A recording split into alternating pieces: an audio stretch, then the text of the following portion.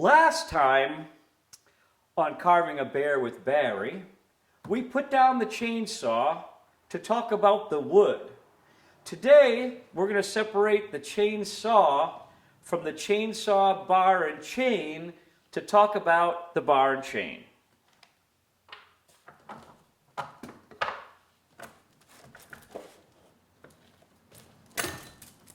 Ta-da!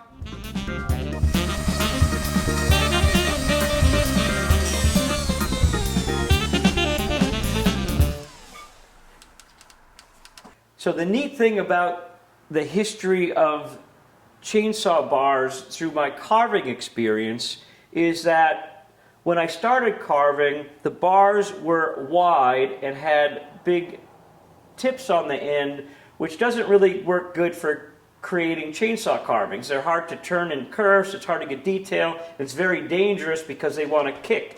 The kickback area is the area here. Now, I actually have experience with kickback. I got a big scar on my shoulder here from when I was making a carving with a racing chain that I had on my saw. It was kind of my own mistake. But over time, in the effort to become safer with these power tools, the industry has evolved to these really narrow bars, which allows us to make detail a lot easier, and they're a lot safer, which is really cool. And the narrowness of these bars, I come like a bandsaw bar. This is what I wanted to create when I was in my early 20s. Like, I want to make a bandsaw bar.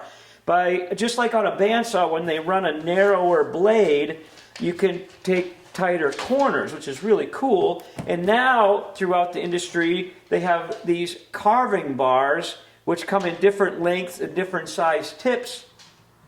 And with these, we could get an extreme amount of detail. And these are manufactured purposefully just for carving. And when I started carving, the chainsaw industry really wasn't behind us because of the danger. They thought it was dangerous to put saws in people's hands to make art, and they didn't really want to sponsor us or support us. And today, my friend Aya Blaine, a chainsaw carver, she was on the cover of the Steel catalog, which is really cool. So these are examples of different bars, how they've evolved over time, and the natural evolution has really helped the carving industry.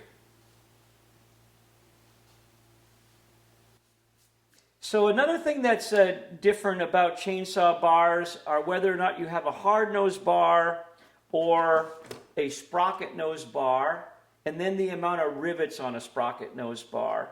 So back in the day, they made these bars big and strong and also replaceable tips.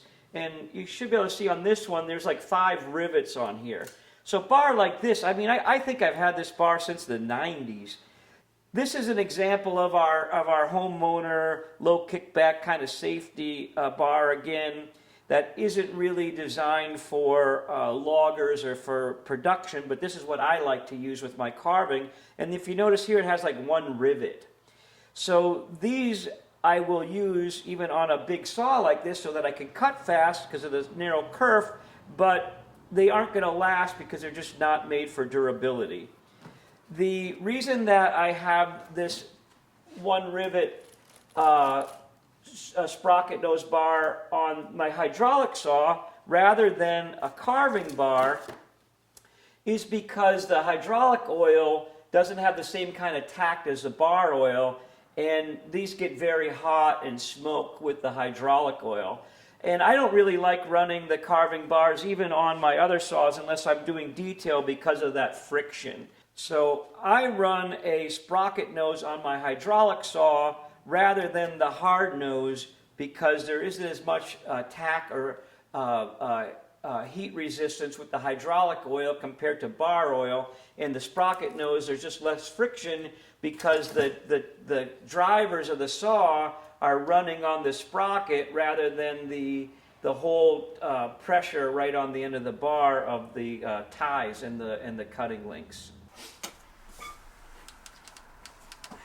So, along with the evolution of the bars over time, the chains have evolved too, which have been really great for carving. So when I started carving, I had a great big bar and a big saw for my roughouts. They had what's called a 404 chain, and it's very thick.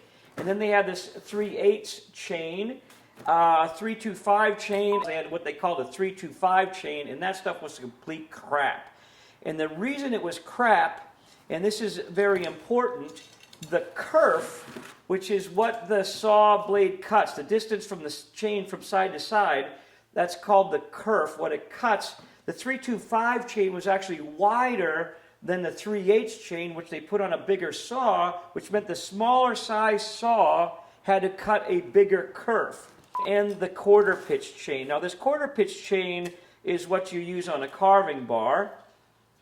The quarter pitch chain has a lot of teeth in a row on it, very close together. And these big chains made for the logging industry primarily take a fairly wide kerf. And what the industry did that was really cool is they kept the distance between these the drivers the same and made what's called a 3/8 extended pitch. So this chain is what was made for these safety homeowner type of bars. So what that allowed us to do as carvers is put these smaller bars on bigger saws and be able to carve with a narrower kerf, cut faster, more detail with the narrow nose, and really, something that if someone would have planned this, would have been like, wow, this is great for carvers, and we just benefited because the industry ended up that way. This, my friends, is a scrunch. Like the spork, it's a 2-in-1 tool. A spork you can spoon and fork. A scrunch you can screwdriver and wrench. Yeah, so let's do this, because this is really important for people. This is important. So, for folks that want to get into chainsaw carving and who are going to want to use a carving bar, the saw that you're going to buy from your saw shop is going to come with a 3/8 extended pitch chain. This is your standard type of bar for your smaller size saw. So in order to run your quarter pitch chain, you need to change the sprocket. So this here is a popular saw for carvers. This is the Steel 170, and I'm going to show you with my other saw here that I already have apart. When you take off the side cover, you'll get down to where the sprocket is. And this is what these look like. This is the drum that goes over the clutch. This is typical of most saws. And these sprockets either come with a spur gear on them, which this one is, or a rim gear, what this one is. So the rim drive, I guess I called it a rim gear. Rim drive fits over the bearing in here, and you can replace these. So there's companies like Bailey Supply and other companies that will make these sprockets that can go on your saw to switch from your 3/8 drive to your quarter pitch. The distance between the drivers are different in these chains. These are further apart, so therefore you have to have the appropriate sprocket to drive the chain. So that's how this works.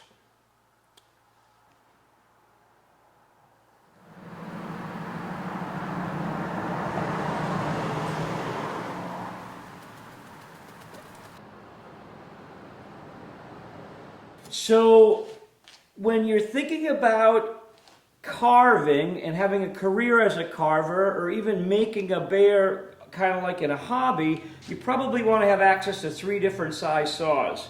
A large saw over 50 cc's for rough out. So chainsaws come in different sizes, obviously. 50 cc's and up are usually considered something that's for a logger or a professional tree cutter. The medium-sized saws would be homeowner-oriented and maintenance landscape type of people. And then the smaller saws are homeowner-oriented, and then they have like climbing saws, which are lighter. So your small saws are about 20 cc's, your medium-sized saws 30 cc's, your most powerful saws for roughing over 50 cc's. Be sure to subscribe, because on the next episode you're going to learn how to sharpen chains and modify bars so you can cut fast like this.